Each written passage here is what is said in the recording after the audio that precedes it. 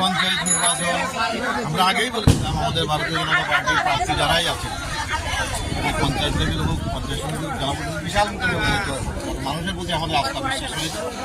আমাদের দেশের নরেন্দ্র মোদীর প্রতি মানুষের আস্থা বিশ্বাস এবং মুখ্যমন্ত্রীর প্রতি আস্থা বিশ্বাস রয়েছে।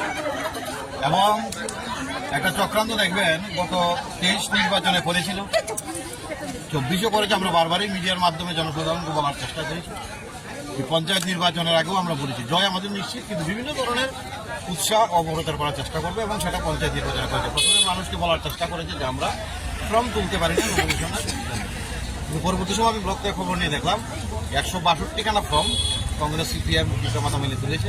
আমরাও খুশি হয়েছি এবং সেদিন বলেছিলাম যে আবার প্রার্থী পাবে না নমিনেশন দেওয়ার জন্য, তখনও অজুহাত খুঁজবে।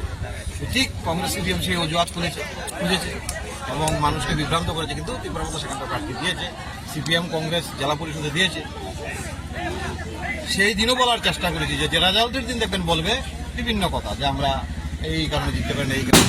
যাই হোক, আমরা মানুষের প্রতি আস্থা বিশ্বাস রয়েছে এবং কল্যাণপুর ব্লকের সমস্ত পঞ্চায়েত, বিশেষ করে দুটো পঞ্চায়েত বাদে দারিকাপুর আর পশ্চিম দিনাজপুর বাদে সমস্ত পঞ্চায়েত আমরা বিনা প্রতিনিধি জয়ী হয়েছিলাম, পঞ্চায়েত সমিতি জয়ী হয়েছিলাম। শুধু জেলা পরিষদ আর দারিকাপুর আর পশ্চিম দিনাজপুরের নির্বাচন হয়েছে।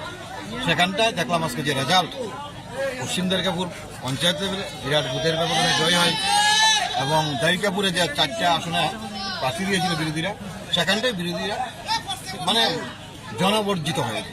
এই জায়গায় আমরা বলবো বিভিন্নভাবে উস্কানিমূলক বা বিভিন্নভাবে সমস্যা সৃষ্টি করার চেষ্টা করছে।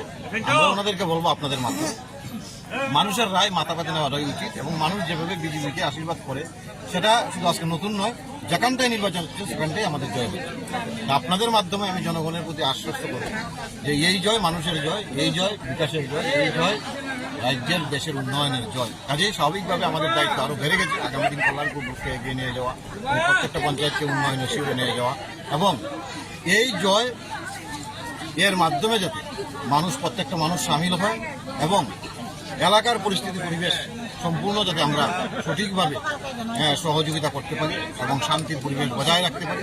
পুলিশ প্রশাসন রয়েছে এবং আমি প্রশাসনকে ধন্যবাদ জানাই, যেভাবে আটোসাটো ব্যবস্থা রয়েছে সেখানে করোনা কেন্দ্র থেকে শুরু করে ভোট প্রক্রিয়া থেকে শুরু করে আসলে